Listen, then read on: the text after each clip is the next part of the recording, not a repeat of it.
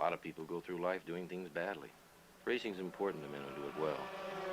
When you're racing, it's life. Anything that happens before or after, it's just waiting. Matt Williams got a brilliant start from the third row of the grid. He's gone, he's hit him, he's straight off at the chase. A half-second lead. Oh, with the sizzling car in the background. He has it. Oh, he's round on the last lap. There's a massive, massive accident. Next to the inside, what a move, what a move.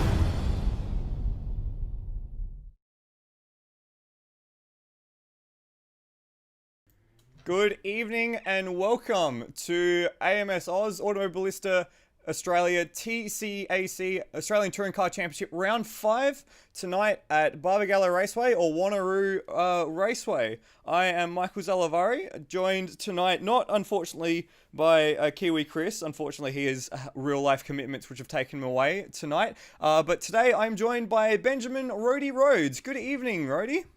Good evening, Floody. Good to be, not good that I'm needed here as such, but it's good to be in the Combox tonight with you. Yeah, it's been a while since you've been in the Combox for a race stream, hasn't it?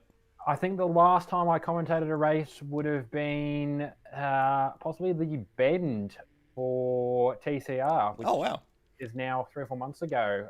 Yeah, we had to cut that stream off mid-season. Numbers weren't supporting it, and I think the last time I was involved with a stream here would have to be back in the TSAC days. Maybe the TSAC front wheel drive days, possibly, was the last time I was involved in a stream. Yeah, it's been a fair while, but it's a pleasure to have you on board. As well, tonight, I'm actually running the stream, so fingers crossed this doesn't turn into an absolute mess. It looks like we're already struggling, so we'll see how we go tonight. I guess we'll find out later on.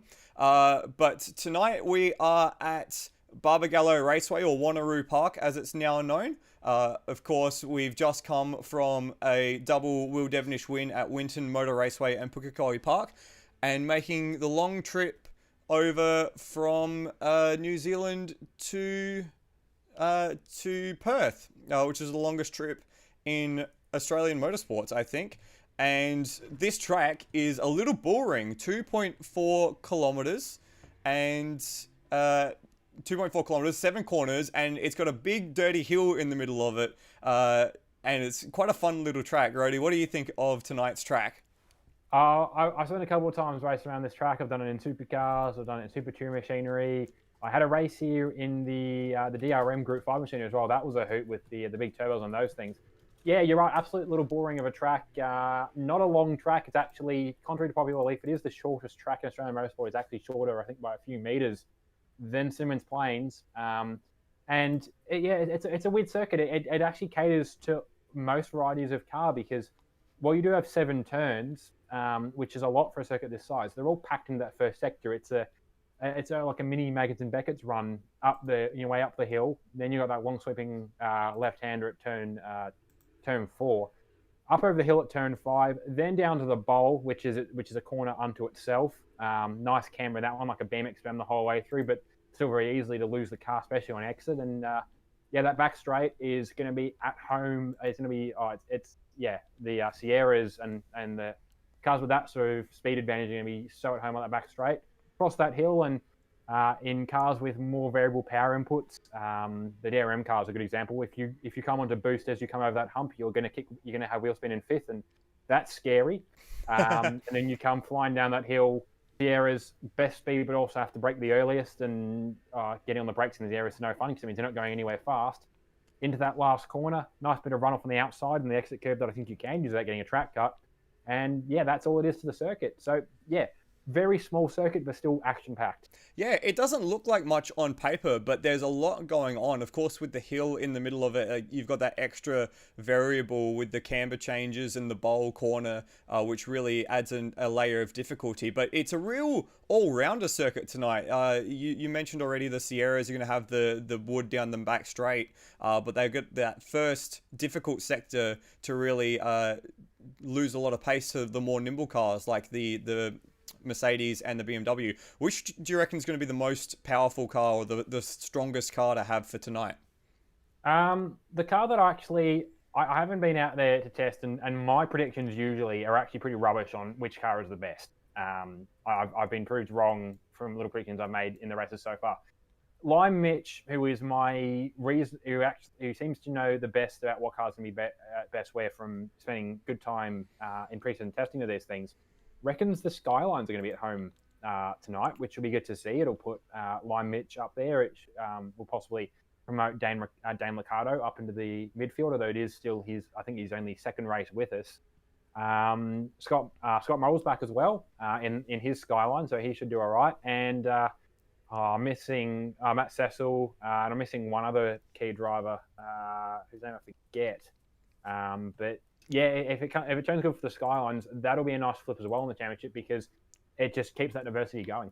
Yeah, and speaking of diversity, we've had a few different race winners as we check out the point standings, but the last 2 rounds have been won by the Mercedes of Will Devenish, currently sitting on 107 points, a 5-point back to the HSV of Scott Nolan, and then there is the first of the Skylines, Mitch McGovern, Lime Mitch, as we know him, on 94 points. So we've had a wide variety of podium getters, but one constant that we have seen is the HSVs on the podium. Synergy Sim Racing have been very, very strong. Do you think they might be in with a shot tonight?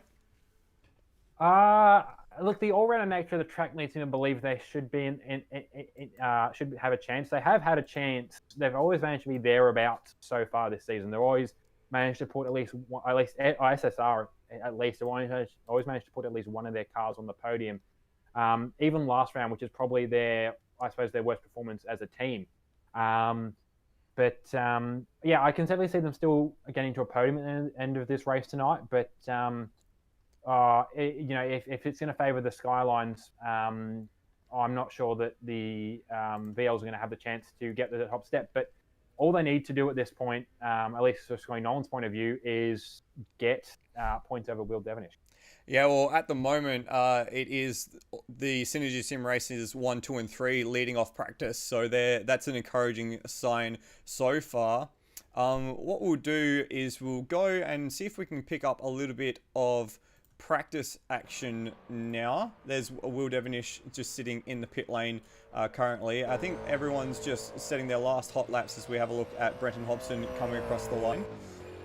If I didn't know any better, and actually I will just check a source to confirm this, but with everyone, I saw everyone yeeting into the pit lane at about the 5-minute mark, and no, maybe not. Oh, maybe. It seems we might be doing a driver's briefing at this point because Scotty Nolan's in the Discord, Brock's in the main Discord, Damon Rasmussen's in there as well. So I believe we might have had or are trying to have a driver's briefing. That said, there is still a couple of cars on track. So, yeah, but we shouldn't be too far away from getting qualifying underway. Yeah, and just quickly, while we have Hobbo on the screen, he's actually doing quite well. He's up on his personal best and well away up on the rest of the field. So this might be the fastest lap of practice that we will be lucky enough to see as he crosses the line. But normally this would be the driver's briefing, all right, and he slots into second, so losing a lot of time around that last corner. That seems a little weird. Damien Rasmussen's lap of 55, that seems untouchable, so we'll have to get a bit more on that afterwards. But yeah, just a few cars on track at the end of practice. Of course, the race format tonight is our usual 10-minute qualifying session plus a 50-minute race. Do you think tyres are going to be a problem tonight like they were at Pukekohe and at Winton? I don't expect them to be as bad as they were at Pukekohe. Winton, I think, will be a bit of a one-off list for a little while when it comes to tyre wear. And I think back to the Sierra's tyre wear back then, that was horrendous. I was the only one able to get it off on the single stop just because I'm that slow in the car. Look, it could be. It's an interesting factor because, again, that first sector is so technical, but then the second and the third, the bowl is going to induce more tyre wear because it's such a long corner. And the last corner as well, probably going to hit a little bit. The first corner as well. It's hard to say.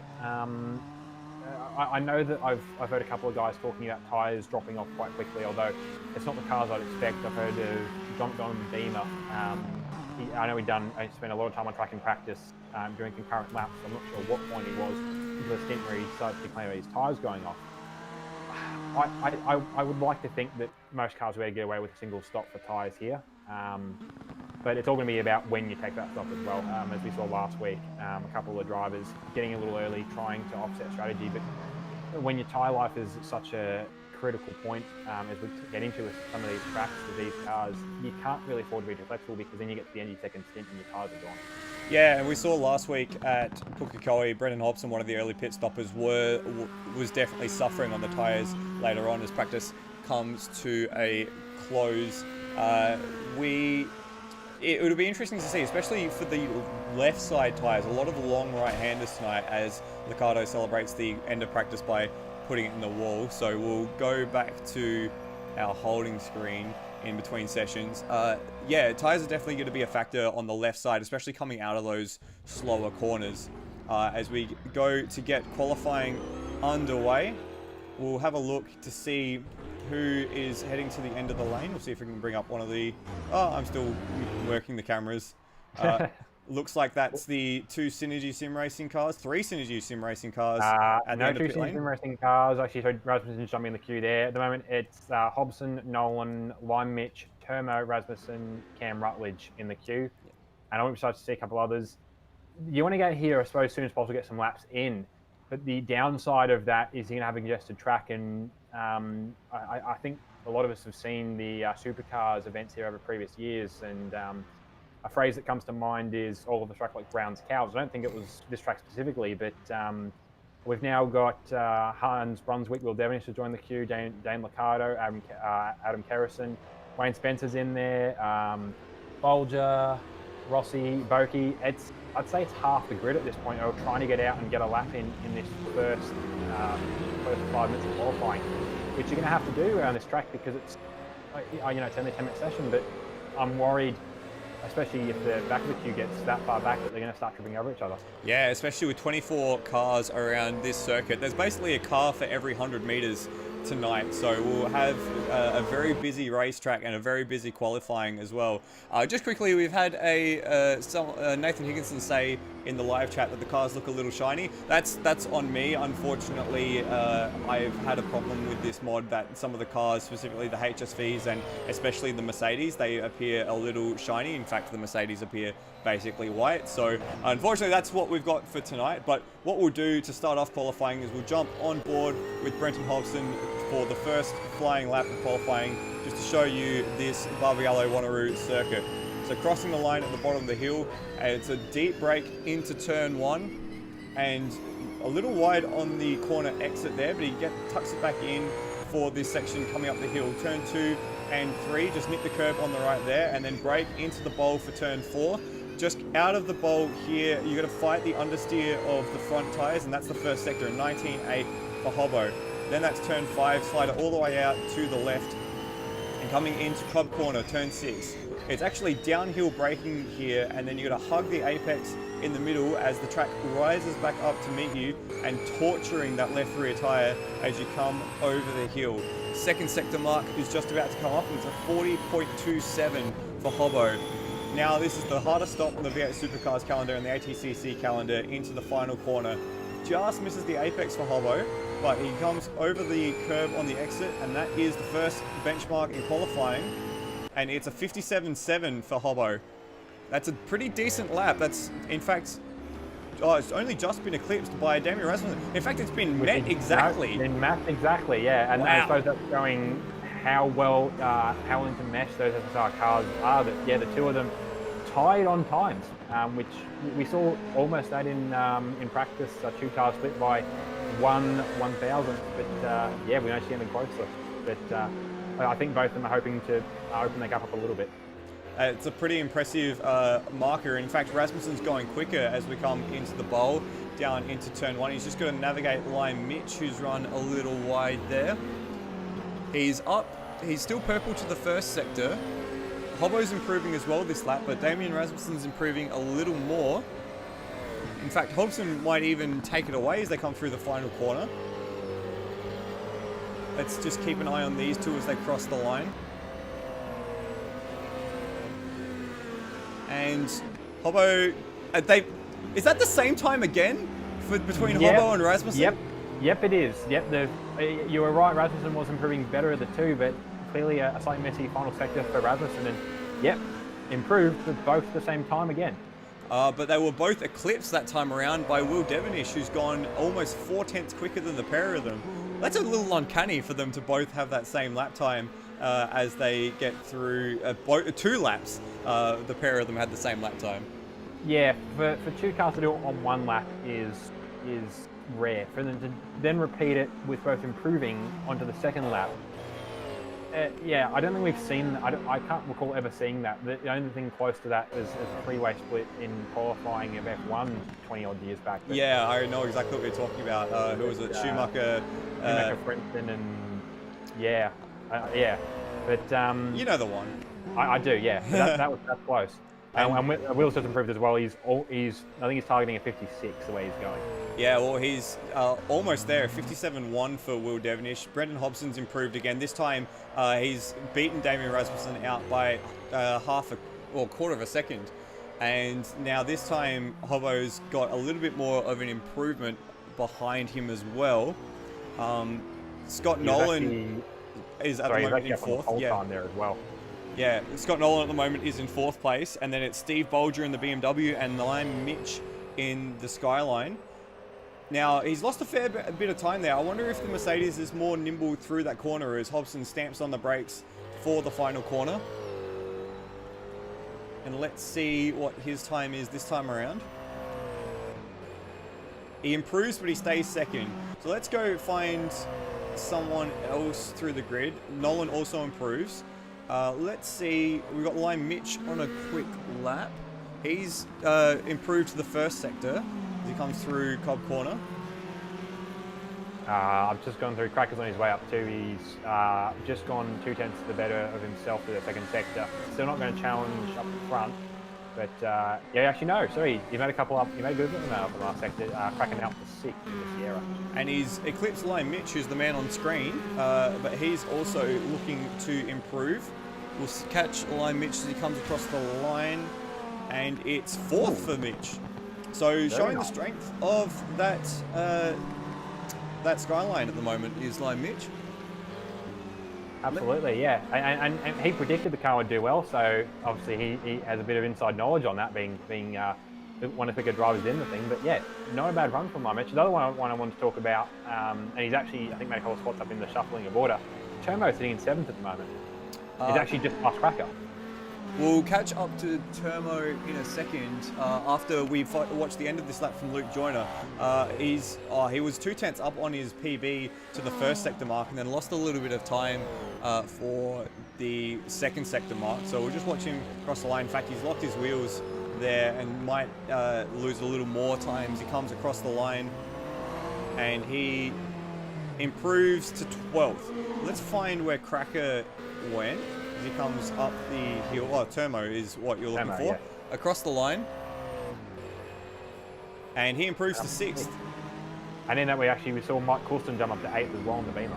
So the HSVs are looking very strong here at the moment. 4 of the top 6 are the HSVs. So yeah, provided they manage to hold it together during the race, they might be one of the cars to beat. Let's see if we can find someone else on a quick lap. That was Cracker, who's improving, but he's still 8/10 away from the lead at the moment. And Rossi is currently just up on the leaders coming through Sector 1. We'll catch Rossi once we watch Cracker cross the line. He doesn't improve, only just. Here's Brennan Ross right behind the other Mercedes. So these ones are the ones that are the shiniest for those watching along at home. I don't know what that problem is, but it's a problem. And he's up almost a second on his personal best. He's right in the wheel tracks of Will Devenish, but this is where they're going to be losing time relative to the field down at the fastest point of the racetrack rather. Yeah, he lost nearly 3/10 in that 2nd sector, and he's going to have lost a little more coming to the line, but it's going to put him only 11th in the end. Actually, I expected him to go a lot higher. I think he lost a lot of time in that last sector. That's a little surprising, to be honest. I was, expecting a little more. We'll see, who else can we see on a quick lap as we've got just on 2 minutes left. We've got Liam Mitch coming into Cobb Corner, and he gets a big drift on there. He was 0.16 up to the 1st sector mark. Let's see if he can improve on his personal best. No, he doesn't. He decides to give it away. Don't know if making slight improvements only to his PB. I don't think that'll change his positioning in the order. Michael sitting in 9th. Rossi has lost the track. Yeah, I'm gonna have to look on live races and have a look. At the moment, though, what's interesting is that there's enough room for everyone to really get their lap in. So that's a little surprising. I was expecting more of a traffic-affected session. Brendan Hobson's suffering with a bit of traffic that time around. That looked like it was Mike Coulson, the BMW, just catching Hobbo on the apex of turn 5. So he will be a little miffed by that one. In fact, all of the Synergy Sim races were on improvements to the first sector, but I think Rasmussen was closest to improving his position.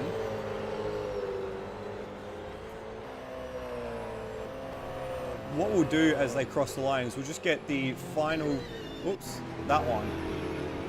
Whereabouts are we? Going for a ride. We'll get the final little run to the line on the stowaway so we can see who's coming across the line. That's Lime Mitch. He is just about to start his lap. Will Devenish is going green. Does he improve?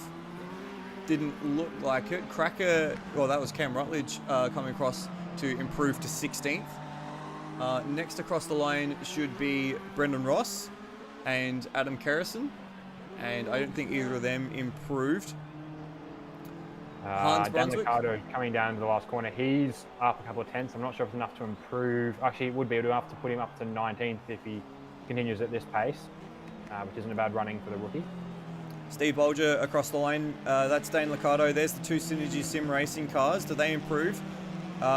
In fact, Rasmussen improves his time, but gets knocked down to 5th as Nolan eclipses him. Hobbo's just about to come across the line next, and he doesn't improve. Mike Coulston, Hobbo up to 2nd with a 57.2 is his best lap. Lime Mitch across the line doesn't improve from 6th place, and I think that's almost everyone. Yeah, I believe everyone else is not improving on their lap. Let me look through. Mike Coulston's finished. Rossi is fine on pit entry. Hans might be on a lap here coming out of the last corner. Oh no. He's just looped it. We'll find Hans and we'll bring that up on replay because it was very, very close.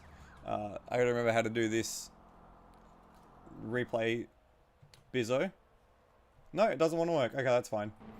Let's have a look at where Hans went wrong. He locked it up on the entry and gassed it up on the exit, and that was enough for him to lose out on that one.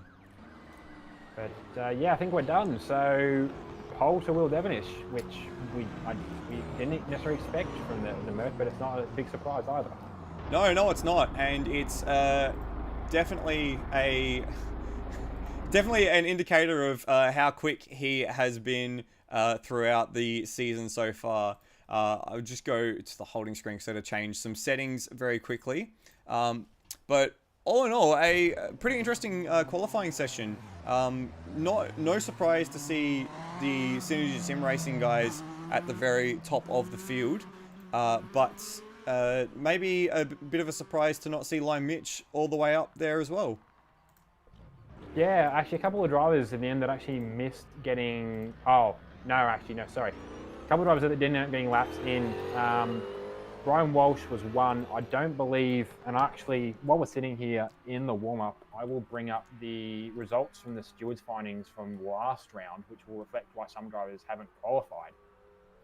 But there were a few incidents worth reviewing. There was one on lap 1 the stream didn't catch. There was one at the end of the race that the stream caught quite well.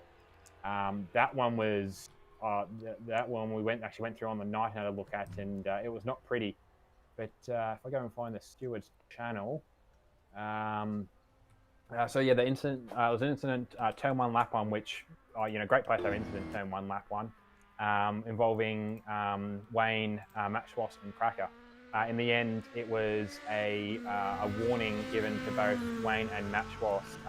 Wayne for just being mindful of what lap you're trying to do things on, and just keeping a cool head about things, and Matt Cecil about leaving racing room through turn 1. The next lap, Dane Liccardo and Brian Walsh got together. Brian Walsh through turn 2. Brian Walsh took the normal line that you would if you're driving through their solo, forgetting that Dane Liccardo was also on the corner and ended up taking themselves both out. Bit of a yeet there from Walsh, and it was clear cut of the penalty, so that's why he didn't qualify in this race. Lime Mitch and Lewis, lap 39 down the hairpin, actually had an incident. It wasn't as big as other ones, but with the yellow flag out for the damaged Nissan Dane Liccardo that was in the fence at the time, Lewis went for the pass anyway and didn't readdress it, so that was a pretty slam dunk penalty. So he'll be unable to qualify whenever Petra Siraj returns to ATCC. The big one though, lap 50, involving John, Glenn, Hobbo, Hans, myself, and Brock. That was a big one. That was a big one. In the end, 2 penalties handed out to Brock there that totaled up to being a rear grid start for this race. And warnings given to both Glenn Miles and Brenton Hobson for the parts they played in that incident. So that explains a couple of guys didn't qualify. Also, Scott Morrow, the third car that didn't qualify, had a outstanding penalty from round 4, I believe it was, where he got into Cracker fairly on in that race at Winton. So yeah, a few penalties to go through. That's why we've not seen Brock Harvey qualify tonight, as well as who else hasn't qualified tonight? Brian Walsh and Scott Morrow. So a few drivers there with penalties, and it looks like we've actually got a few who are doing some practice starts here. We've got Steve Bolger. There he goes away.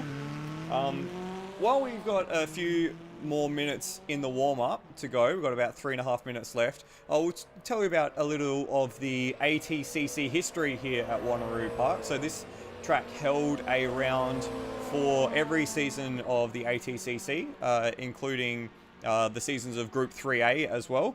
Every Group A season, including the Group 3A years. The first race here in Group A cars was won by Jim Richards in the JP Special BMW in 1985. And then it was George Fury, what a name, George Fury, who won the following year in the Nissan Skyline. Yeah, that'll be the R30, I believe, he was running at that time, if not the R31, so it's possibly the same car that Mitch is running. Yeah, it was that year of car, that model of car, not the R32, which had success later, with of course Mark Scaife, and then I think it was Dick Johnson who won the year the Sierras won everything, of course, in 1989, and I'm struggling to remember off the top of my head who won in 88. I think it was actually Glenn Seaton. I think that was also a Nissan. So Nissan have a little bit of history here, which would maybe inform Lime Mitch's potential results. But yeah, nice little slice of history. If you've got cameras on track, I'd suggest having panning them over to Brennan Ross, who's currently taking the scenic route around the track. Ah, yes, this is the classic scenic route that we know of here. Whereabouts is Brennan Ross? There he goes. He's currently on the outside of the bowl. He's I learned of this route back in the TCR race here, and I only got round to just after turn 5. So Rossi might be trying to go for a whole lap here. I think he's got enough time to do. That would be certainly something. Just an update, we've got now 25 people in the field. The mysterious Petra Siraj from last week, who we definitely don't know is actually Lewis Wedding, not at all, who also had a penalty for last week's antics, is the additional driver, so he'll be starting somewhere at the back of the field. Oh, that'll be good to see. Obviously, from his playing last week, he wasn't supposed to qualify, and starting from the rear grid will do him just as good as that. So I'll be interested to see the run he has. Very little practice here, and I think Rossi's found a jump ramp in the track as well. Yeah, he has. So we've currently got a space-bound Mercedes. Whoa, hello. That was an interesting onboard. Silver Arrow becoming a silver rocket there. Let's have a look at what happened here. But that was. I think the track designers knew there was people going out that way, because I've seen the similar thing on a Kartcraft map actually. Their rendition of Todd Road has a jump ramp for that exact same reason. So hello. We caught that very late. Let's have a bit of a look back to see where he did go to the moon. Look at that. I think it's probably the best air I've seen. Granted, he had a jump ramp, so that would make sense, but I think it's the best air I've seen. And Rossi now going to the infield. I think he's okay. He's trying to find a good spot to do doughies, but he's trying to do it around the race trailers and the race tires and the lighting. I think he's just trying to get camera attention, so I'm going to look at someone that isn't. Peter Siraj actually changed cars this time. He's now out in the Chelsea era. I believe he was running the Peter Jackson car last time out. He was quite a fan of having the tobacco backing, which obviously isn't doable nowadays. But now he switched to the Palmer Tube Mules car.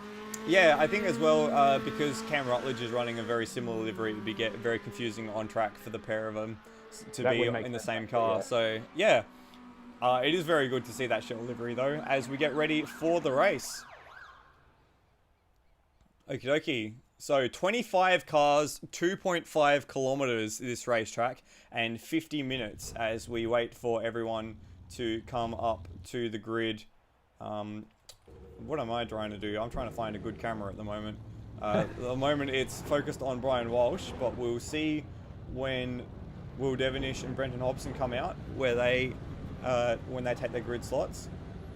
The field starts to file in. Most cars out on the grid now. I believe we've got I can see a couple of cars tonight. Peter Siraj isn't out there. One of the Texaco Beamers, Luke Joyner. Brock Harvey won't be joining us on the grid. He has to start from pit lane. Luckily, Barbagallo for the length of the track, I think it's a fairly nice, short first sector, so it won't be too far from the back of the pack. But it's a long enough race that he can rectify that in his own time. And it looks like everyone is ready to go. So, Rody, I'll get you to take us through the grid. Alright, this is going to have to be a quick one because this is a fairly short lap for the run. But yeah, starting off with pole position for this race is Will Devenish in the formerly the not Vegemite car, now in the Temp car, the glaringly white car. Second is Brendan Hobson in the first of the Sim Racing cars, the number 88 VL. Third is Steve Bolger in the Gravel Rush Racing BMW, that Benson Hedges replica car. Fourth is Scotty Nolan in the second of the SSR cars, followed closely by James Madison in the fifth, third SSR car. Sixth is Ryan Mitch, first of the Nissans, followed closely by Termo in the bright yellow VL Cobalt. Eighth is Wayne Spencer in the Spencer Racing Leeson Plant High number 50 VL Commodore. Ninth will be Mike Coulston in the number 66 Texaco BMW. And rounding out the top 10 is Cracker in the Caliber Ford Sierra. You have to pick up the pace, Rody. I'm going to. 11th is Brendan Ross in the space-bound Mercedes. 12th is Hans Brunswick in the Hugh Brunswick Volvo. 13th is John McDonald in the TRTGL Motorsport BMW. 14th is Luke Joyner. 15th is Phil Boken, the second of the Texaco cars for Antara Motorsport. 16th is Cam Rutledge in the CR Electrical Sierra. 17th is Adam Kerrison in the Volvo Dealer Team Volvo. 18th is Matt Cecil in the Motorsport Nissan. 19th is Dan Liccardo in his number 355 Nissan. 20th is Magnus Santino in the Wildcat Sierra. 21st is Glenn Miles in Chum Engineering Skyline. 22nd is Peter Siraj in that Shell Sierra. 23rd is Brian Walsh in the MHRT Mustang. 24th is Scotty Murrell in the Dale Smith Flooring 325, also in the MHRT team. And starting from the pit lane will be Brock Harvey, head of the MHRT car in his VK Commodore. And we've also had Peter Siraj come in for to start from the pit lane as well. So here we go, 25 cars and 2.5 kilometers, 50 minutes on the clock. We're about to start round 4 of the Australian Touring Car Championships at Automobilista Australia. Just waiting for the tail of the grid to level up. I think a couple of cars may be out of position. It looks like Adam Kerrison's a bit far forward, so they have to possibly move back a little. Actually, no, Brian Walsh may be a bit far back. There we go. All cars are set. 1, 2, 3, 4, 5 red lights, and away we go. And Brendan Hobson gets an absolutely cracking start to lead away from the field as they go into turn 1, and then it's Will Devenish on the outside, but Will's not giving it up. He has to this time, and slots into second place. Scott Nolan into third, and Steve Bolger into fourth as they come up the hill. Yeah, everyone making great clearance through turn 1, which is good to see. On the way up now to the hill through to the end of sector 1, and so far everyone seems to be behaving themselves. A couple of cars going to run through turn 4 there on the inside in the mid-pack. Yeah, up the front, like up the front, long field to get through. Will Devenish now, yeah, very comfortably in second behind Brent Hobson. Scott Nolan managed to break away from Steve Bolger up in the third. And you can see Lime Mitch there just trying to sniff up the back of the BMW.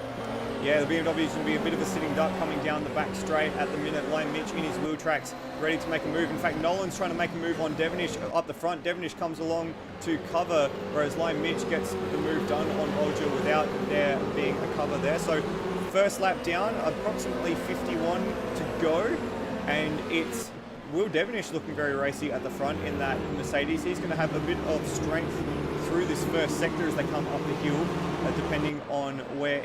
The problem is though, of course, you can't really make a pass in that section. It's too tight as they come up the hill. Now, any pass made in that first section requires willing participation from the car you're trying to pass. It really isn't wide enough fundamentally. We have seen cars, actually I believe you commented on a race where a pair of cars went too wide for an entire lap around here last year. But otherwise, no, it is not a place to pass that first sector. Will trying to get a pass on in that bolt, in the bolt, and as the inside, didn't quite overrun, didn't quite have any overlap. Behind him, things are stretched out. Damien Rasmussen got a pass there on Steve Bolger. Yeah, Damien Rasmussen got a nice move done there, doing the dive into the bowl, and then just behind them as well, it looks like Wayne Spencer and Brennan Ross going side by side. Rossi gets that move done for 7th place this time around. A few drivers making liberal use of that turn 7 curve, and in fact one of them's gone very wide there. That was Cam Rutledge. Cam Rutledge, yes. What do we think happened to Cam? Let's have a look back on the replay, perhaps. No, I can't get the replay working. Possibly running solo. I'm going to have a look. I believe, yeah, just too late on the brakes, trying to get a pass done, and yeah, ran wide as a result. So back to the front of the field, and Devenish, Hobson, and Scott Nolan have really stepped away from the rest. Although just a little deep there at the club corner, and is inviting the Mercedes to have a look, but the problem is the Mercedes doesn't really have the grunt down the back straight, so he can't really get it done. Yeah, and that's the thing, is he got such momentum in that first sector and gets such a good run out of the bowl, but only from so far, and the VL and the Sierra, which we haven't seen a lot of so far, is able to just come on and take over from him there. Starting to see some of these pass ups come in now. I believe Hobson was first, quickly eclipsed by Scott Nolan, now eclipsed by Damien Rasmussen, 57.898, which is nearly a second off what we saw as the best in qualifying. So there's still room for that to come down, and but I don't really expect to see it too far. Most of those cars, Rasmussen in particular, are involved in some good battling. Yeah, well, Rasmussen has eclipsed Steve Bolger, which we saw a few laps ago, and is now on the tail of Lime Mitch, just in the back of shot there. But we've got eyes on Will Devenish again, taking a very narrow exit out of Cobb Corner, trying to maximise his attempt at Brendan Hobson's HSV. But again, he looks to have compromised himself on the exit because Nolan's much closer. In fact, Rasmussen in the background is having a look at Lime Mitch. Nolan goes to the inside down the final corner. Big dive from Nolan, and he's just going to pull it up. Almost took out his teammate there. But now we've got Synergy Sim Racers on the inside of two different cars down the main straight. Can Nolan get the move done this time around? Will doesn't give him that much room, and Nolan has to slot in behind. Rasmussen and Lime Mitch, though, are still side by side on the exit of turn 1. And there's a little bit of contact there, but Rasmussen gets the move done. Yeah, they could have run too wide from out of their position through there, but in the end, yeah, Rasmussen was trying to get the pass done. Contact that could have spun Rasmussen had that gone wrong, but yeah, he's managed to get through on Lime Mitch, and now he's got a chance to try and get onto the back of this battle for the podium steps. But he's got a little ways to go to get onto the back of his teammate. Will Devenish again, very, very close to Brendan Hobson through Cobb Corner and then back down the straight. Not quite close enough to make a dive, although he has a look. That's a big send and only just gets a little bit of room and gets up on two wheels. And he's going to have to defend now from Scott Nolan down the main straight. That move, attempted a move, might be what puts him out. He sets the fastest lap as he's getting past, does Will Devenish. And they're side by side through turn 1. Nolan's, they're rubbing panels, rubbing doors. Let's go and have a look at that battle from onboard. Looking back from Will Devenish's car, and you can see Nolan all over the tail of him coming up the hill. But then you look ahead and Devenish has eked out a little bit of a gap and is now on the tail of Hobbo, who goes very wide this time through Cobb Corner. Can Devenish get it together as they come back over the hill? Like he wants to, but that's the thing. He can get such a brilliant run out of that corner because he doesn't have so much power to try and put down. But once the power's down and the grip's there, he just can't do anything. And again, the best thing he's got to hope for is that Hobbo gets a bad run. He can sit in him on the way up to this last corner and try and put a dive on, but he just can't do anything to run. Yeah, not quite there for Will Devenish as we're 6 laps into the race. And he sets the fastest lap again, 57.7 for Will Devenish. He's really got the eyes on here. We'll jump back on board with him because he looks like he's going to be the one to most likely make a move as we come up through the first sector. Yeah, he's trying to find somewhere to put the nose down the inside of Brendan Thompson here. And this sector is his best chance to do it. He's got the handling advantage on Hobson's car. The VLs don't handle badly. They're not the worst handling car in the field, but the Merc and the BMW as well, both handling masterminds. And yeah, once he gets to this point of the lap, he's got to rely on something from Hobbo to try and get a pass down here. Yeah, much quicker through the mid-corner is the Merc. But again, down the straight, it just runs out of gas way too early. Oh. Bit of a dive this time, but he pulls it up and sits in behind. We'll leave that battle for the moment and see. We've got a Mercedes and a BMW side by side coming across the main straight. Brendan Ross and Steve Bolger. Yeah, Rossi's been picking his way up through the field the last couple of laps. Oh, he's giving us a little racing room just about, and Rossi isn't getting that pass done. Yeah, Rossi's been trying to sort of push back to the field. The way they're running qualifying, it obviously suggests maybe a bit of partnership that's formed between the two Mercedes drivers.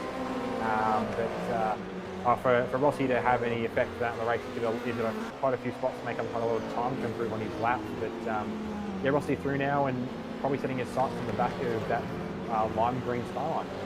Yeah, Steve Bolger, on the other hand, has gone the other way from the start, down 4 positions from his starting position, and he's looking a little vulnerable as the HSV of Wayne Spencer starts to approach his rear.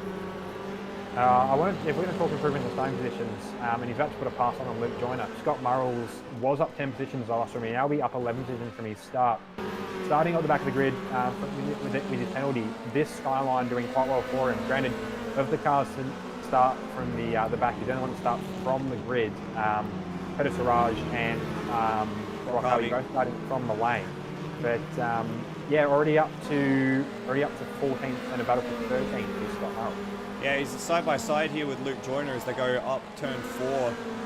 Both of them giving each other a nice bit of racing room through the first sector. In fact, Murrell gives him a little too much racing room and actually steps a wheel off into the grass there. So he's had to back out of that move as they head into Cobb Corner.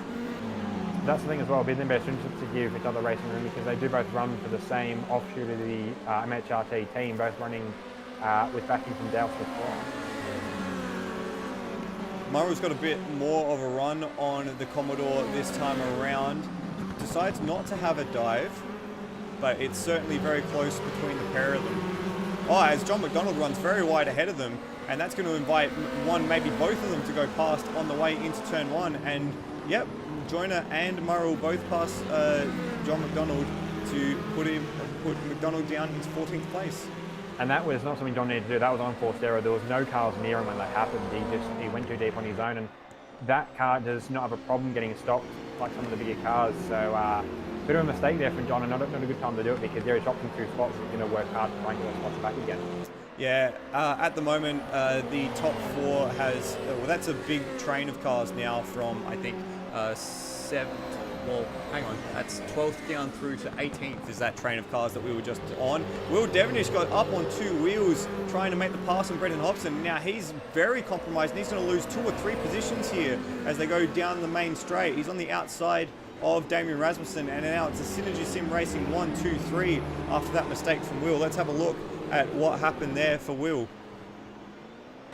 Just coming through the final corner here, and he got up on 2 wheels, got very close to the curve, and that was enough to spew him out wide. So unlucky there for Will, and then he lost the 2 positions coming down the straight. Yeah, the SSR cars never really suffered for pace, but Yeah, so far in this race, a good showing with the three of them now in the top three. Same sort of thing with Dominic on the last lap for Will.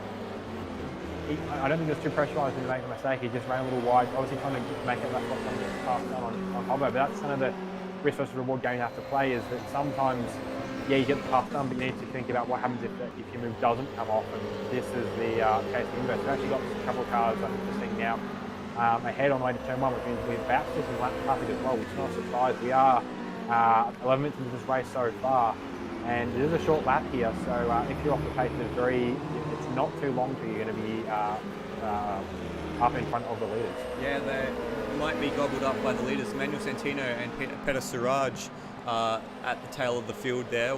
They're engaged in their own battle very shortly, but this group now at the front, with Devenish's mistake, has turned into a train of 5 with Blame Mitch stalking in the rears, and Will's looking for a move on Rasmussen this time and gets a very nice run into Cobb Corner. But now the question is, can he maintain it going down the main straight? I think Lime Mitch also just went off in the background as well. We might have to catch a look at that in replay, because you can see the green skyline far off in the distance. But Will sends it down the inside. They make side-to-side contact, him and Rasmussen, and sends Rasmussen wide. Now, is that enough to force a redress, do you think? Or does Will hold on to that position? I didn't catch that at the time, so I'm going to have a look at that now. In the last corner, he was up alongside, but I didn't really leave racing room for Rasmussen on the outside. I'd argue that a redress is probably worthy in that case, but it looks like Will hasn't done that. So it was a bit of 6 of one, half a dozen of the other there for the pair of them. You could argue that Will didn't leave racing room on the outside, but on the converse, Rasmussen didn't really leave Will any room on the inside of the corner either. So it's almost a bit damned if you do, damned if you don't. Yeah, good point. I suppose we'll find out after this race if Rasmussen, or we get a message into the stewards chat about it. But I think as far as they're both thinking, we're all thinking he reckons that was fair game, and play on. Play on indeed. We're looking back from Brenton Hobson's car onto his teammate Scott Nolan and the battle for first and second, as they're just coming through on Manuel Santino now around the outside of turn 1.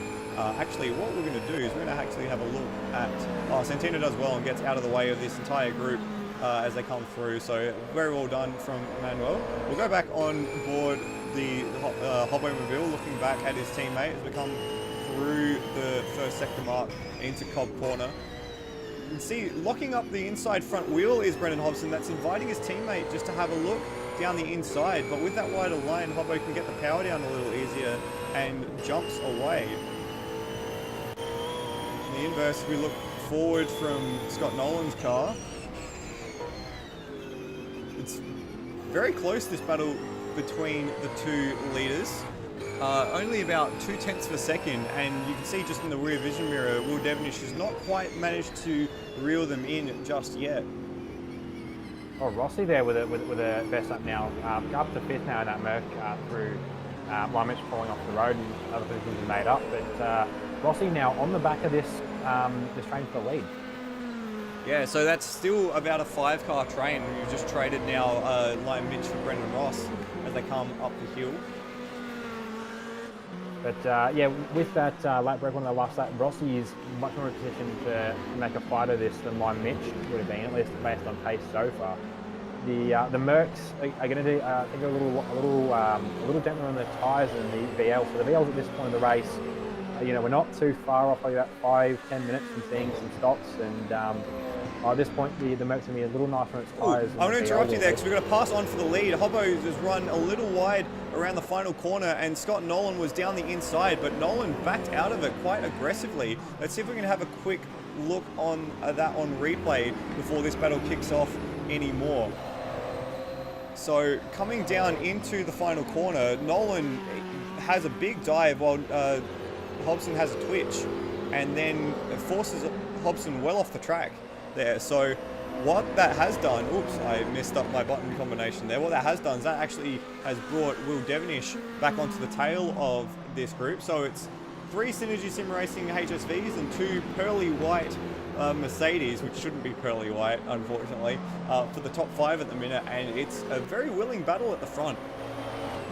I would not be surprised, based on the way he sort of pulled out of that pass, Scott Nolan, that there's possibly a bit of team thinking going on. I mentioned, I'm hearing crashing up ahead of them. Yeah, I wouldn't be surprised if there's a bit of team play here. Scott Nolan playing rear gunner to Hobson for this round with Hobson with the DNF last round. He still scored points, but not nearly as much as he could have. Trying to probably get some points back for the SSR number 88. Yeah, remember, Team Championship, not really a consideration for these guys with the number of individual entries, but certainly the individual championships, the Synergy Sim Racing team want to have as many up there as they can. And as you mentioned, after Hobson's poor showing last time out, he's dropped off the back of the battle for the championship. So wise maybe to put Scott Nolan in as the rear gunner and try and maybe block off Will Devenish as they come through the field. A little bit of lap traffic there on the left-hand side. That's Cam Rutledge just getting out of the way. Yeah, very well done from Cam there. And the next car they're going to come up to is Peter Siraj. Well, we've said that 3 or 4 times now, but Peter Siraj is actually doing a good job of passing people ahead of the leaders. So I think he is slowly outrunning the cars in the lead. Best up there was last lap was a 58 through, but I think he is still going to be slowly caught by the leaders. But he's decent recovery drive from starting from pit lane by choice actually. A little bit of a touch-up between Scott Nolan and Will Devenish as they come up the hill from turn 1. Nolan just got a little wide in the mid-corner, and that invited Devenish around the outside. But then there was no room there for the Mercedes. So, as that's Cam Rutledge sideways off in the background. I want to stick with this, but yeah. I'll go have a look. Yeah, it is. He went well off there. Just going back on replay to check what happened. It looks like through turn 5. Yeah, just got on the grass a little bit, lost the rear, and ended up washing way across the infield. Actually pinned off a tie barrier lead on the way through. It was lucky the infield's quite empty. He's going to have to try and rejoin back where he came off, or he's going to risk missing a second timing when going a lap down by default. Well, I mean, he's already a lap down, so it wouldn't be the worst thing to happen. Sorry, another lap down, like we saw last night at the bend, the GT3. We're on board with Will Devenish as we're in the middle of this battle for the top 3. And Nolan just run a little wide there, and he's had to come across and cover. Devenish foxes in and out, but Nolan arrows it to the apex of the corner, trying to cut out the Mercedes line. They make a little contact there from the seat of the Mercedes, but Nolan managed to hold on, and now he's vulnerable to Rasmussen. So Rasmussen now is incentivized by that little bit of contact, and he's trying to go around the outside while Devenish is trying to go down the inside of Nolan. He hits the curb again, and he's got the switchback. Oh no, Rasmussen's gone around! No. And he spun into the pit lane, so I guess he has to take that pit stop. That was crazy stuff. Let's have a look at that one on replay. Yeah, I'm going to look at that now. Yeah, it's hard to tell. That was again some of that close racing. We're sending guys a little bit elbows out. Yeah, it just looked like Will came back on the rest trying to try and not run over the curb, and yeah, Rasmussen was alongside and just got parked into the pit lane. If he was trying to go there or planning to go there at some point in this lap, it works. It saved him over the pit lane entry time, and I don't think he'd be penalised because he didn't drive himself there. But hey, look, shorter pit lane entry time than every other car. In his advantage. Yeah, I guess silver linings, hey. Just a little bit of a kerfuffle for everyone involved there. But this is interesting now. Rasmussen, it's the 20-minute mark, so that's probably earlier than he would have liked, which means that we'll very much be able to see the evolution. We've got a yellow flag in the final sector. Not quite sure why, and that was Peter Siraj. That was Peter Siraj. He's wheeling down the front straight. I suspect possibly a bit of lag stepping into Peter Siraj there. Maybe, yeah, a bit of lag or something. Something's going up for his system. He is on a new system, I believe, tonight. He upgraded over the weekend. He was running the rig for, I believe, GT3 last night. He might be running that same rig tonight. It's much improvement over his potato spec that he was running with. But yeah, that was maybe some intent drama there for Peter, but first retirement. I'm just having a look at Scott Morrill because it says that he has gone down a lap, which is Scott Morrill had a couple incidents. He has pitted in the last 2 laps as well. And one thing I was going to mention, that is the danger with pitting at this track is, especially if a safety car were to come out, it's very easy to go a lap down because done normally, a pit stop isn't too far off of the length of a lap around here. Yeah, exactly. And it looks like a few very poor laps in a row for Morrill, as well as that pit stop has put him a lap down. I'm just going to go a few cars up that field as I'm suffering a few little lag issues myself here. This is a very willing battle. Matt Cecil, Phil Boak and John McDonald with Luke Joyner, 10th, 11th, 12th and 13th, basically connected at the bumpers for the 4 of them coming through the first corner. And we're getting a good shot of spread of cars here. The Skyline, I think a bit on the top end speed side, the VK actually a bit more on the handling side, and then Phil Boak and John McDonald both in the full handling spec BMWs. It's interesting to see where everyone's gaining and losing time.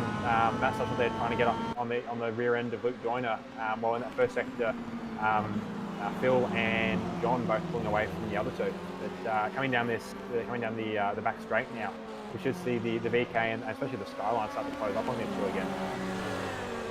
Interesting stuff as we come closer and closer to what should properly be the first round of pit stops. The 2 BMWs... Oh no, Luke Joyner's run a little wide, and that's going to invite Matt Cecil to come down the inside. Cecil actually had to swerve to avoid the rejoin from Joyner there. And he's going to send it down the inside. Luke gives him a little bit of racing room. In fact, they both managed to sneak through there quite unscathed. But what that has done is that's actually allowed McDonald and Boak to just step away. And Boak actually runs a little wide. That was well held from Boak putting it on those curves. They're not the slipperiest curves out there, but you still don't want to be putting, there's some curves that he really don't be touching. That was one of them. Well held from Boaky there. Good recovery drive, well, not so much recovery drive, but I don't think Boaky fired the qualifying run he wanted. He started the race in 15th. He's up in the top 10 at the moment. Granted, a couple of cars are pitting.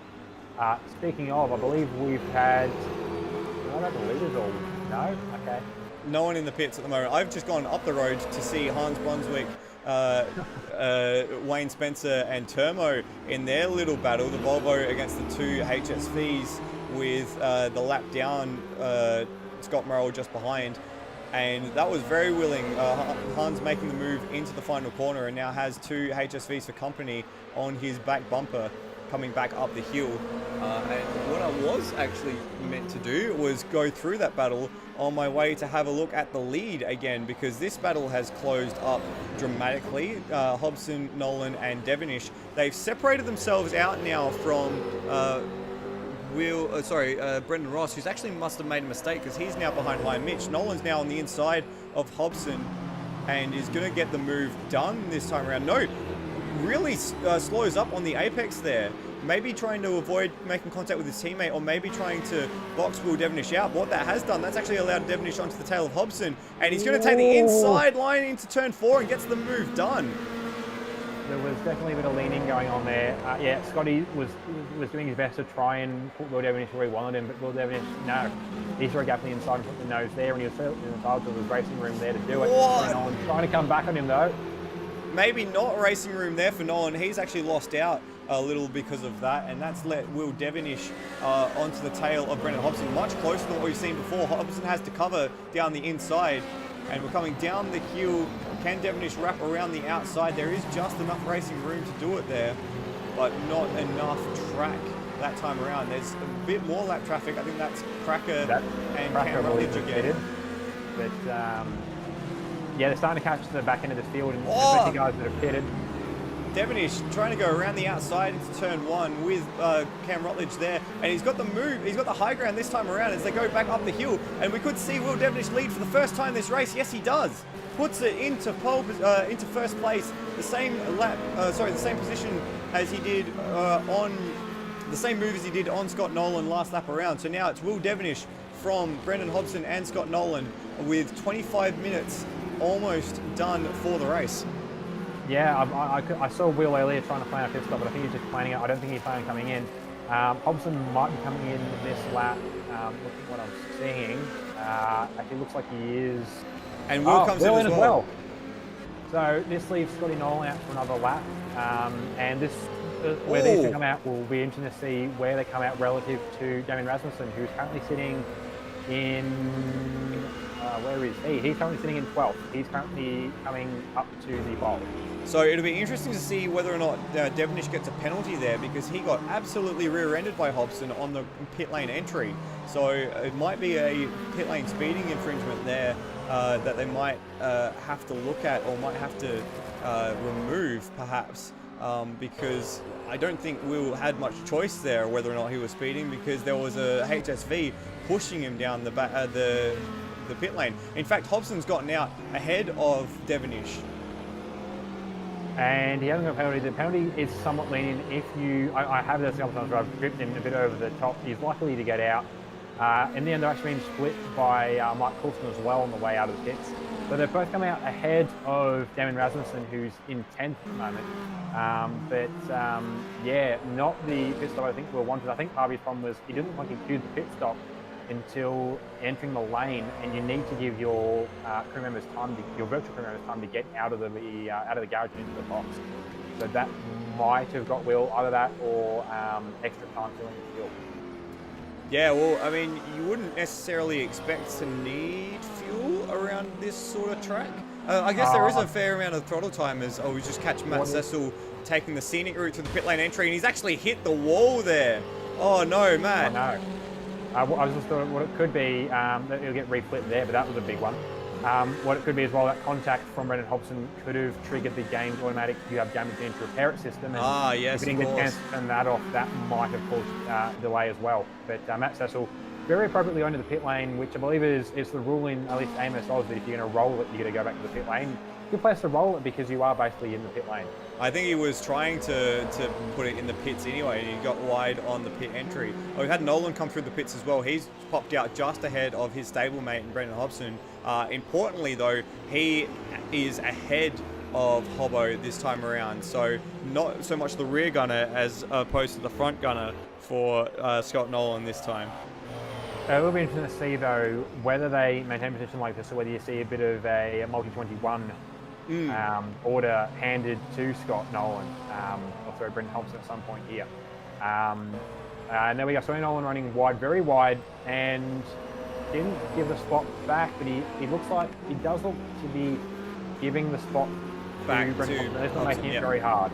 So I just want to scroll back a little bit and catch Termo, who's coming to the pit lane. He was in the lead of the race with the pit cycle, but he's actually had to park up next to Manuel Santino, and it looked like he was having a bit of trouble getting into his box. So a very slow pit stop, and it's only just triggered now for him. So unlucky there for Termo to be hung out to dry there with the pit cycle.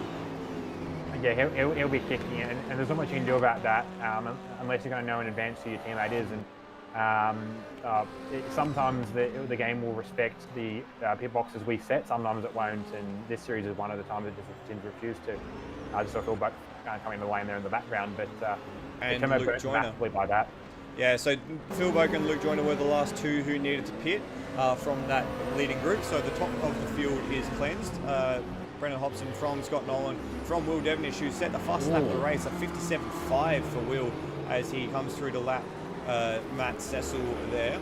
We've got Damien Rasmussen in 4th, then it's Brendan Ross, Liam Mitch, and then Luke Joyner, Mike Coulson and Phil Boak in the pits.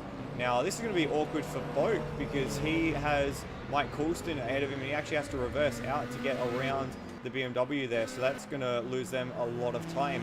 I'm going to say quickly, Brock Harvey up 10 spots from the pit lane start, remember, into 15th now. He's definitely taken his pit stop as well, so he could even gain more positions. In fact, he's gained up into 14th and possibly even 13th. No, not quite. Phil Boak is just ahead with the pit sequence, so good job from Brock there. Scott Morrell into 16th as well, up 8 spots. And we've got fastest laps aplenty from the head of the field, although we just saw Termo off. Let's have a look at the head of the field. Scott Nolan and Will Devenish both setting the new fastest lap. A 57.1 is the new marker for the BMW. For the Mercedes, yeah, and that's only Mercedes, 10th yes. off of his qualifying lap. So yeah, the new tyres, obviously lower fuel because we're midway through the race, really starting to give the lead cars opportunity to really stretch the legs. So what we'll do now, as everyone's taking their pit stops, we'll just find a place to park up the camera and have a look at the field as it comes through. We'll just get it over the hill here as Hobbo comes down into the last corner. So Hobson, Nolan, Devenish is your top three. That's the lap down Matt Cecil, and there is Damien Rasmussen.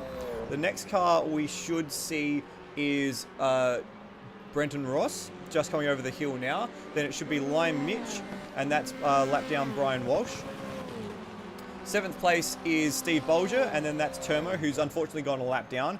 There's Hans Brunswick and Wayne Spencer squabbling over 9th and 8th. Cracker is in 10th place there. Next will be Luke Joyner, just coming over the hill now. There he is. And then that's Dane Liccardo, who's doing pretty well tonight. Brock Harvey, John McDonald, and the 2 BMWs of Phil Boak and Mike Coulston are the next group.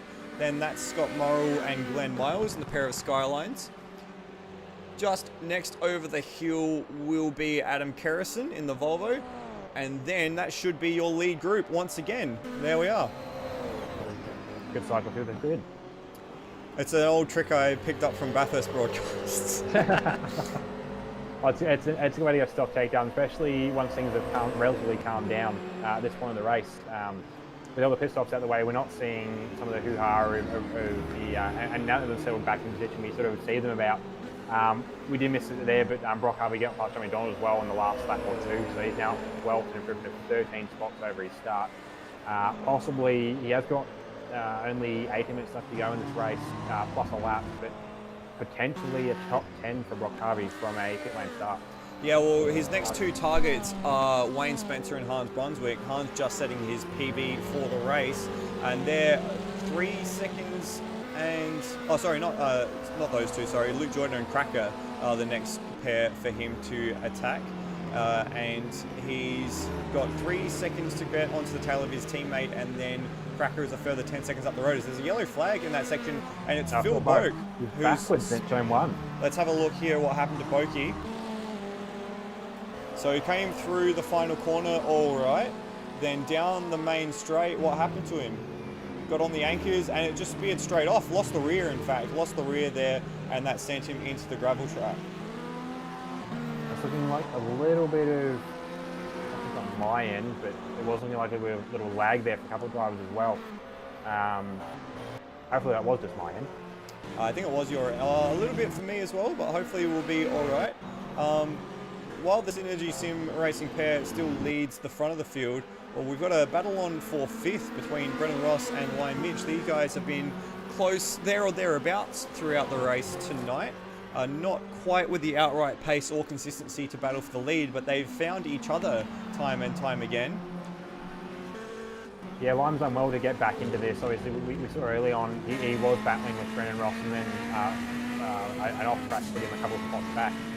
Possibly through just the combination of some good lapping in clean air and possibly a slightly better pit strategy. He's managed to catch back up to Brendan Ross, and yeah, this now has a chance to heat up again.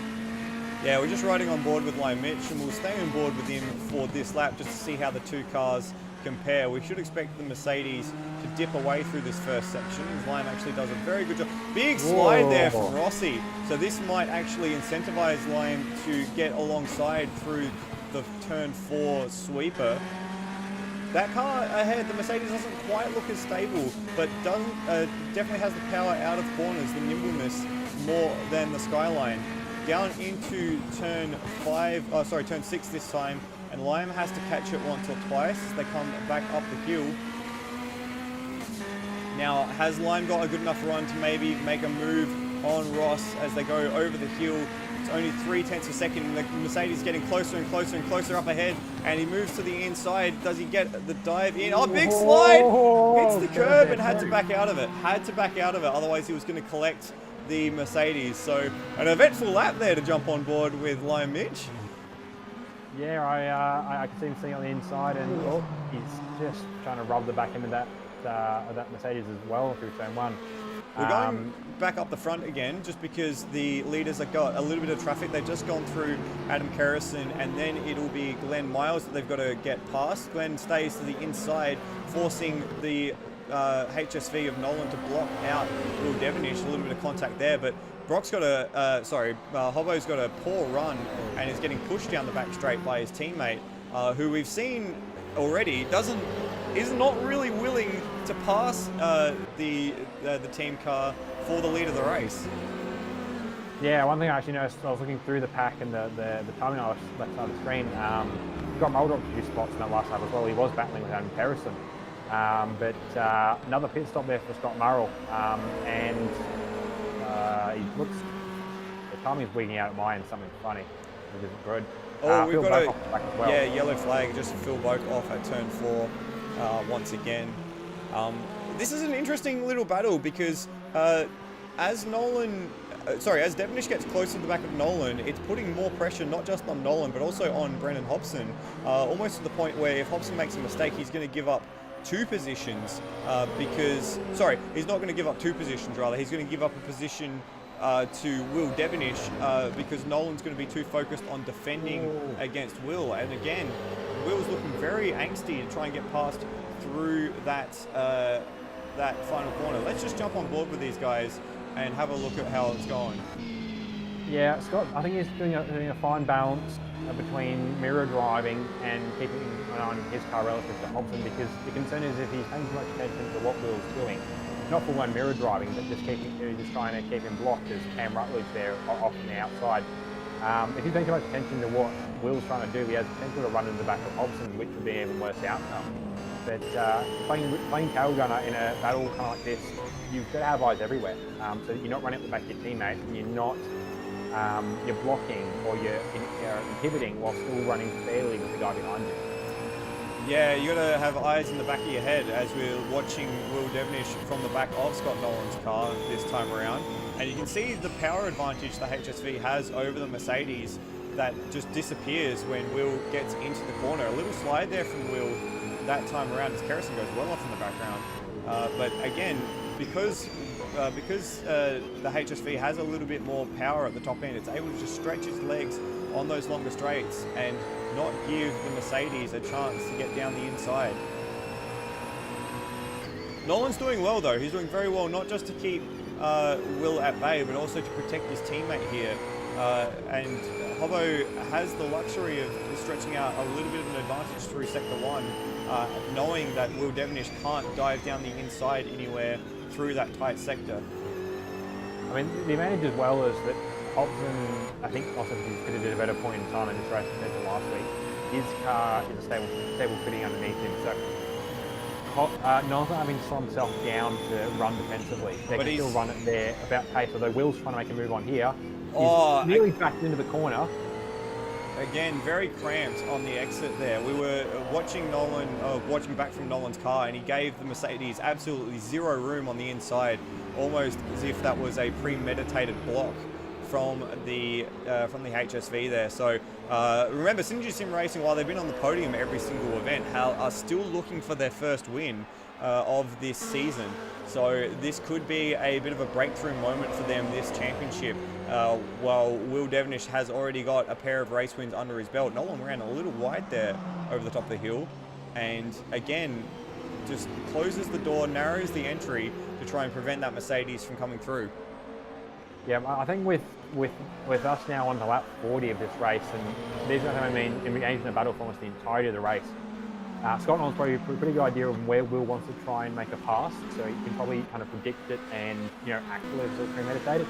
But I don't think it's too much of a surprise. It's an unknown fact that the SSR guys are probably not the biggest fan of the combination of Will and the Mercedes. Mercedes, is still doing quick with Rossi's hand, but Will is within in supercars. He's been on another level this season, and he's the one that's standing in the way of SSR sitting at the top of the points so far. So, there's a bit of a rivalry established now between these two, and I wouldn't be surprised if, both on track and off track, and you can see Will now trying to get a pass done into the bowl. Yeah, we were just had eyes on John McDonald, who went very wide through turn 4, so we'll leave that well enough alone and just see. Oh, Dan Liccardo just looped it on the way out of the bowl, but luckily clear with the leaders. So this is where the intrigue is. There's a few other close battles on track as Will dives again down the inside, but gets hung up on the curb from Nolan. So you can see that the Mercedes definitely has pace into that final corner and is willing to make a dive there, but not quite able to get it done because of Nolan and Hobson's defensive driving. Will, of course, still holds the fastest lap of the race as well, so he's being held up by this pair almost certainly. Yeah, and that's the thing. Like Will's got pace on them into that corner, but they know it by this point. And the way they're running that corner, there's a couple of different lines you can run there. That isn't classed. That wouldn't be classed by yourself as blocking. That's the line I'd kind of take as a single drive, or I would take if the Sierra would turn. But that's the line I'd be taking through that corner. It's the line I've taken through it in other cars.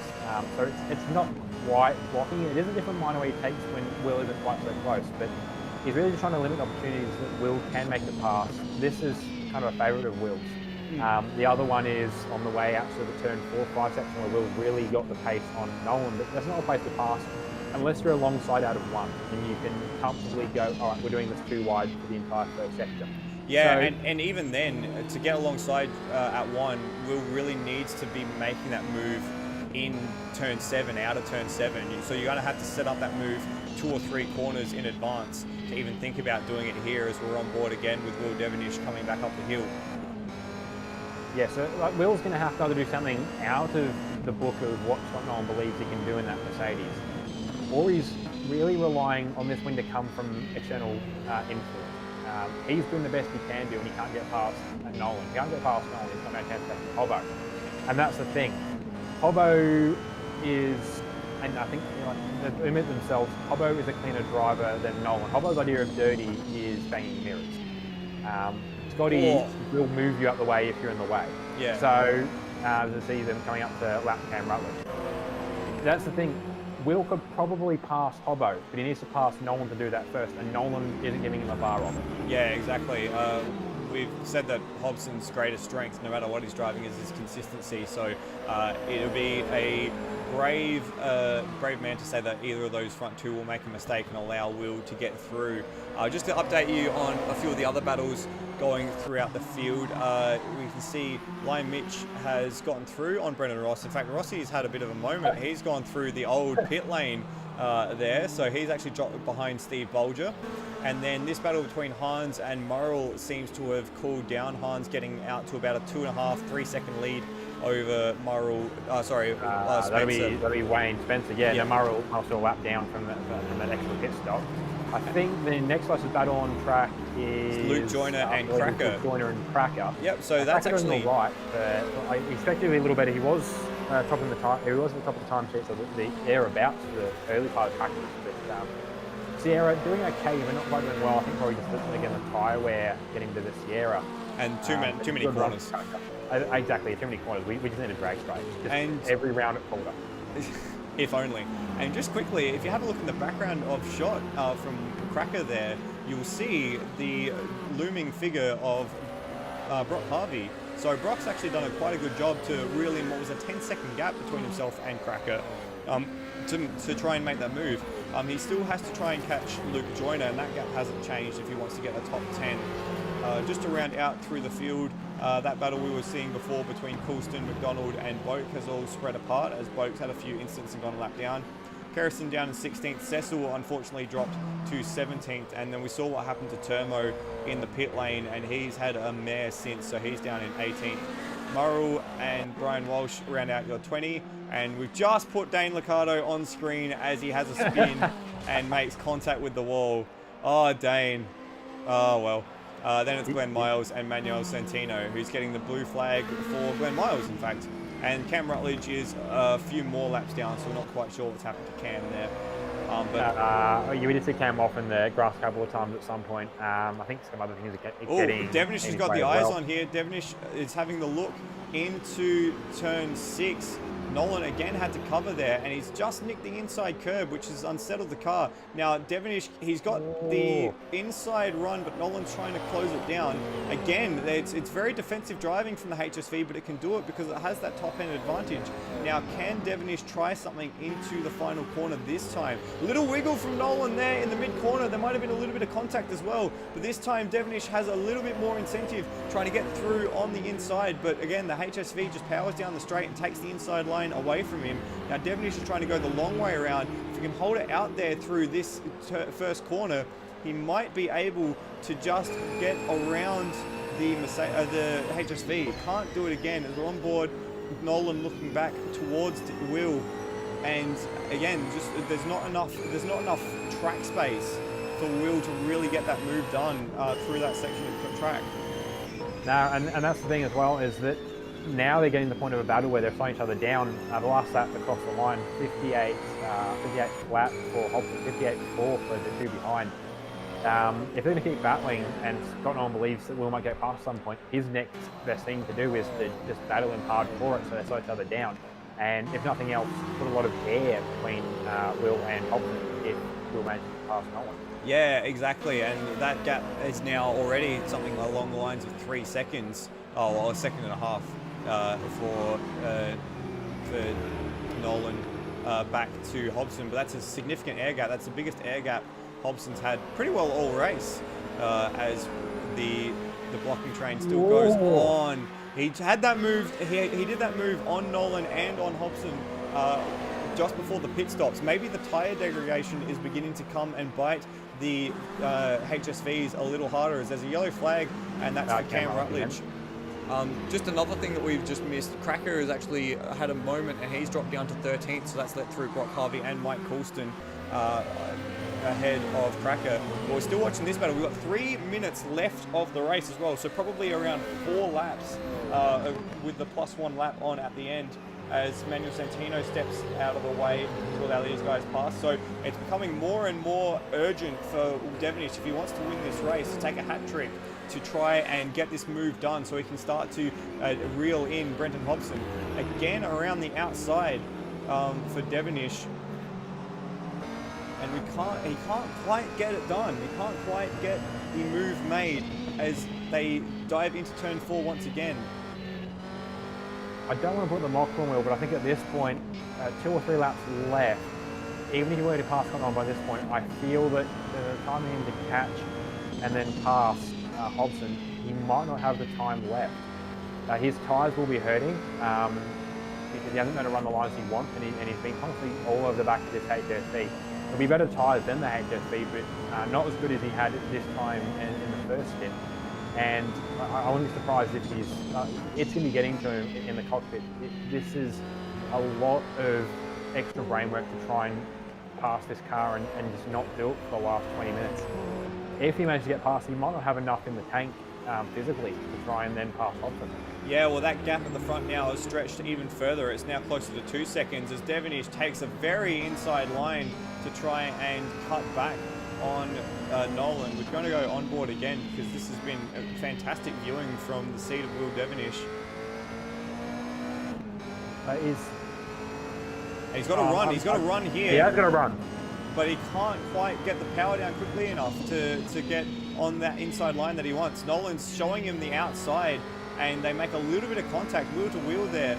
And again, just no matter what Will tries to do, Nolan knows that he can just shepherd the inside line and he can get away with it. Because Will can't outdrive the HSV out of corners. Big slide there for Devenish that time around, and we've got 1 minute left, so another 2 laps potentially as they cross the line. In fact, it might even be 3 laps as it depends on where Hobson crosses the line. So we might even get 3 laps of extra of this race. I imagine this situation, Hobson's going to be doing his best to make this race as short as possible. He doesn't want to give Will any more chance than he needs to even come and grab second. So yeah, and Nolan, that's the thing, is Nolan's always had the car position to put Will where he wants him, and Will's best chance to try and get a pass on here is to get up far enough alongside like he's trying to do here, to force Nolan to be where he wants him to be, to get the worst run off of corners and to try and take away some of his advantage. he's getting closer, but he's been this close for the last 20 odd minutes. He's starting to get closer alongside though. I think the tyre wear starting to come in, but Nolan I think has gotten lucky with the strategy. We're getting close to time as well. We might see another slide there. It was a big dive. Close. No, he hasn't crossed the line, so we've got another 2 laps left. It was a big dive. Oh, yeah, I know, it is the final lap. Just the final lap. All right.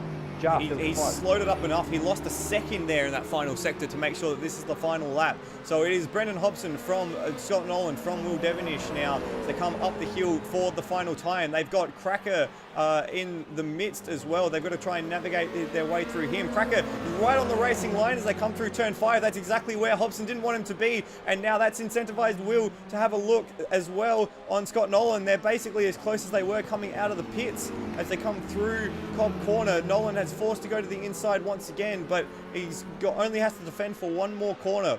Hobson's done a great job of holding the lead throughout the race and being absolutely clean as a whistle. And he's going to come down the hill. He's got one more corner to navigate, and he might take this race. And he's cleaned it up very nicely as Will Devenish throws everything on the line, but it's going to be Brendan Hobson to take round 5 of the ATCC here at Wanneroo Raceway. It is Scott Nolan in second place, Will Devenish a valiant third, and then it will be Lime Mitch in fourth, as I think that was Dane Liccardo just ahead going off. Lime Mitch in the Skyline taking a very respectable 4th position coming across the line. And then it is Glenn Miles crossing the line next. That is Dane Liccardo. There's Steve Bolger, who's just managed to get around Damien Rasmussen at the end. Remember, Rasmussen had that early pit stop and lost a lot of his tyres at the end of the race. So Bolger's actually managed to outdo Rasmussen there to take 5th. Hans Brunswick will come through in 6th. And Brock Harvey will get a drive-through penalty on the last lap of the race. That'll be, I expect, off track. I'm going to replay, but he was battling, trying to get past Wayne Spencer at the time, 4/10. There we go. Yeah, Wayne's moved him on the straight, and no, it looked like I heard about this sort of drive-through popping up for people on the straight in practice, and potentially there's a bit of a bug in the track edge. So I don't think that should have been driving penalty for Brock. So I think in the end, I believe he should be given the 11th place. He came across the line there with Wayne Spencer, but a close run at the end, and yeah, nearly a top 10 for Brock. It'll be an interesting thing to look at in the post-race analysis. Just to round out the rest of the field, Cracker came home 13th, Phil Boak 14th, John McDonald is in 15th place, Adam Kerrison 16th, Matt Cecil in 17th, Termo in 18th after a torrid race from him for issues outside of his control. Brian Walsh in 19th, Scott Morrill in 20th, Glenn Miles 21st, Dane Liccardo 22nd, Manuel Santino 23rd, Cam Rutledge 24th, and one non-finisher tonight, Peter Suraj in 25th. But wow, in the end, what a spectacle of a race at the front, and some very intriguing battles throughout. Yeah, that was the only break they had in that battling at the front was when the pit stops came and everyone got reshuffled and Damien Rasmussen got help into his pit bay. But I was surprised it stayed on for that long, and we didn't see any major incidents that one. I think this is possibly the cleanest race we've had so far as well, which as one of the stewards makes my job a lot easier. Yeah, it was pretty clean from everyone, and you've got to say the blocking and the battling between Nolan and Will Devenish was impeccable throughout the race. They gave each other just the minimum amount of room each and managed to race each other for that entire second stint. Let's not forget. Yeah, the only thing that a driver might put down for that stuff is only the contact between Will and Rasmussen at some points there that we caught. But no, that battling for the lead, it was all pretty much above board from what we could tell, and that was the best part of it, is that people got their elbows out, but need to pass the limit of driving. Scott Nolan knew exactly where to put his car to keep Will covered off. But no, that was a great run. Yeah, it absolutely was. We're just waiting on the last drivers to jump into the commentary booth so we can have a chat to them. But we'll talk to Will first. Will, third place tonight. Very good race from you in terms of your lap times and your pace, taking pole position as well. But boy, that looked very frustrating in that second half of the race. Yeah, it is when I felt I had the faster car, and when you got guys moving under brakes constantly, there's just no way of getting past that. So, yeah, I thought the racecraft was going to be a bit better up front, but obviously wasn't. So, we'll take the third. Well, the third keeps you a lead, keeps your lead of the championship. Yeah, it was some very willing battling. Just take us through the laps immediately before the pit stop. You got both Nolan and Hobson on the inside to turn 4. That was quite a crazy move. What made you decide to make that move at that point? Tonight I just had to take any opportunity. They weren't going to be willing participants in an overtake, which is fair. So I just had to take any opportunity I could. Somehow I stuffed up the pit stop. I don't know how. I've timed fuel runs and tire changes, and for whatever reason, it added 4 seconds tonight at the pit stop. So not sure what happened there. So unfortunately, the move didn't really pay off. And just, yeah, ended up fighting him for the rest of the race. Now, on that pit stop, did you have the opportunity to maybe run a little bit longer and try and extend that air gap before you made it into the pits, or were you limited to pitting on that lap and with no other choice? I had one or two laps left in the tank, so I probably could have gone, but I don't know if my lap times were going to be suitable. My tyres were pretty shot by that stage. So yeah, just wanted to pit as soon as possible. Either way, it was a very good third place for you in the end, and that maintains your championship lead. Congratulations tonight, Will Devenish. Thank you. Second place tonight was Scott Nolan. Scott, you've heard Will's view on that battle. Just give us a bit of your view on that second half of the race there. Look, it was just good hard racing, and he you know what? That's fine. If he was in the other position, he was where I was, he wouldn't have a problem with anything like that. And I felt like where I needed to cover, I moved once, just because I didn't move all the way to the inside. I don't have to. Sometimes I drove in the middle of the track, sometimes I drove on the left, sometimes I drove on the right. I definitely was very conscious about not moving under brakes. You know, and unfortunately, he wanted to keep trying to fly over curbs and try and use half a pit exit to get past, but he couldn't in the end. And you know, he might have a whinge about the racecraft, but I feel like the better racecraft won because, you know, his car was quick enough to get around us, but he just couldn't do it. And every time he did, he almost rolled it. So, and that was my point of view in regards to my teammate. I felt like probably I had a little bit quicker speed than him, and I probably could have gone with Will. But I tried to put a move on Brenton, and Will got past us both. So I pretty much had 2 laps after the pit stop to have a crack, and then it was all about just trying to conserve where we were and defend the championship lead, and or you know, not even the championship lead, just to try and finish as high as we can. He's the guy I want to finish ahead of at the moment. That track didn't really suit our car with the twisty spots, and so you know, I felt like we maximised what we had and came out of it with a good solid second. Well, you say the car didn't really suit the track, but in qualifying, 4 of the top 6 cars were HSVs. This has probably been your most competitive race out of the 5 we've had so far. Just on the battle between you and your teammate Hobson, we noticed that you came out ahead of Hobson after the pit stops. Did you intentionally let him pass with the championship in mind, or was he just able to outwit you at that first corner? No, it was I'm the championship in front of him, so I'm the one that's, you know, sort of still up the top. Brenton had a bad performance last week, so he's got a bit of a recovery remission, but he does have a drop round as well, which will aid that. But it was pretty much just cold brakes. You know, the brakes are really rubbish for the first couple of laps, and I tried as hard as I could to obviously keep pace, not hold him up, and went a little bit deep into the last corner, and he got the run, and that was good enough. So it was good from him. He was a bit better on his outlap. I was better on my in-lap. He was better on his outlap, and yeah, he got by me, and that's where it was. So it was good work for him. You know, good to see him come back with a good result after last round. But yeah. Either way, second place for you tonight. It's a great return. Yeah, congratulations, Scott Nolan. And finally, our race winner tonight, Brendan Hobson. Brendan, you've had a bit of a trying season so far, but that must taste pretty sweet.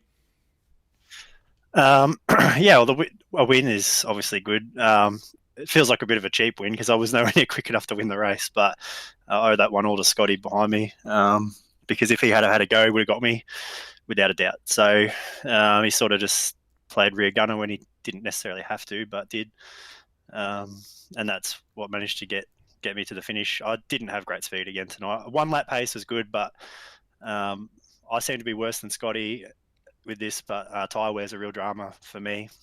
And I was burning the tyres off in about 5 laps and just hanging on as best as I could. The thing was out of control. So luckily this week we didn't spin ourselves out, but our lap pace was not that great across a full fuel run. So yeah, we're lucky, I think. We'll put it like that. But all in all, happy to get a win, obviously. Yeah.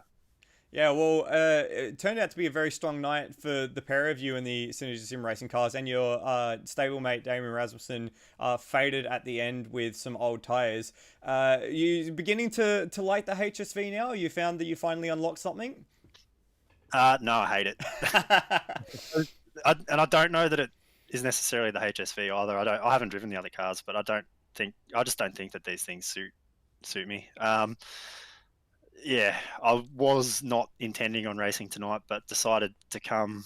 I'm sort of on my last legs here with the championship. If I have another bad one, then I'm toast. So I'll push on for the minute. But then if I sort of have another dud, then I'll probably just come and try and steal as many points as I can for Scotty and help him out in the championship. We're not quite there yet where that's my role, but I'm sort of right on the cusp of that. So it's sort of management for me at this point.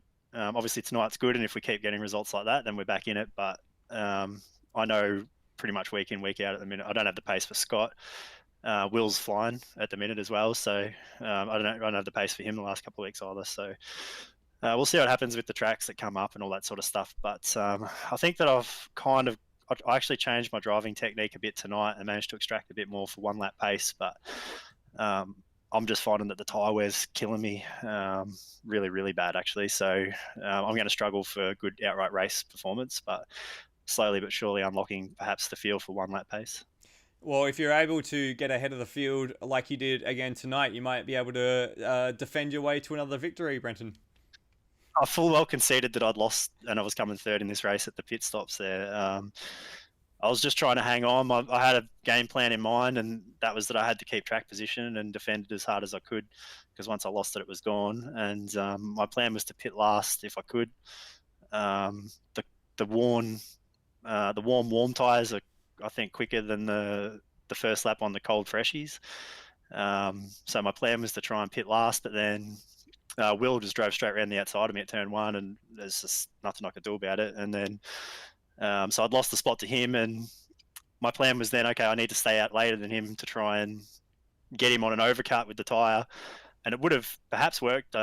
He came in at the end of that lap, but I got a really bad run off the bowl, and Scott got to my outside coming off the corner, so I couldn't really commit to racing him on that lap. So I decided, well, I'll have to pit, and I'll be the first to come in, and we'll just see if it works. But then Will came in right in front of me. And I was just fortuitous. I don't know why his pit stop was a bit longer. I hope I didn't give him damage or anything on the pit entry. I ran straight into him. He checked up a little more than I thought he would, but I somehow came out in front of him, and then I saw Scott was in front of me on the pit exit when he came out, so I'd sort of conceded to not racing him. I bump drafted him all the way down the back straight instead of having a crack at him under the cold tyres, and he just ran a bit deep at the final corner and left the door open, so I went down there. But I'd sort of committed to just trying to rear gun for him at that point. I just got lucky. So, yeah, it played in my hands, I guess, but not the way that I expected it to. Well, if you don't expect to get another win, well, hey, hang on, let me rephrase that. If you turn up to every race meeting, if 50-50 on whether or not you're going to race, you might end up with more unexpected victories, Brendan. So congratulations on your win tonight. Yeah, thanks. It's funny, actually. My technique with AMS has always been turn up on the day and just have a go. But I've been so far off the pace in these cars. I've been doing a heap of practice, and every time I've turned up, I've been nowhere. And then tonight, no practice at all, and had the best result I've had for the year. So, but anyway, I don't know. But yeah, I don't even know where we go next, what track it is. But we'll see how we shake out, and yeah, just keep plugging away. Congratulations on tonight's race win. So, yeah, that was the 50-minute race around round 5 at Barbagallo Raceway for this evening. And Rhodey, it was quite an enthralling race. It was, yeah. It was action nearly start to finish. When we had to cut away from the lead battle there was always something good in the midfield, 2, 3, 4. I think at one point there were, 4 or 5 car trains for positions. It was, everyone managed to find someone else to race with for the most point tonight. And that's the best thing is that, as long as everyone's had some fun tonight, and that's the biggest point behind racing is make sure everyone's enjoying their time behind the wheel. And I think most people have found that tonight. And I'd say more than we usually get because, just so many little battles popped up across the field, and so many people got a chance to battle with so many other different people. It's hard to really top that for a race. Yeah, it was action-packed from start to finish all the way through the field. Next time out is at the Adelaide Street Circuit using the 1988 Grand Prix layout in 2 weeks' time. Who do you think that track will favour of the field? What kind of car do you reckon will do well at the Adelaide Parkland Street Circuit? I can see it kind of being somewhat like today, I suppose. It's just I'd lean towards things like the Sierras and the VLs and I suppose anything big power in a way because it's got big, decent straights. But this is the 1988 layout, so we don't get a sweeping fast turnout like we do today. It's actually a real dicky little chicane because it's 80s F1 and everything needed in every corner needed chicane apparently. It's going to be a thing where different cars are going to be better across sectors. The Sierras are going to love the middle sector because a lot of that is fairly high speed. But through the staircase, things like the Beamer and the Merc are going to do well. Through the back section, the section of the track we're used to now with modern supercars, wouldn't be surprised to see something maybe like the VL being all right there.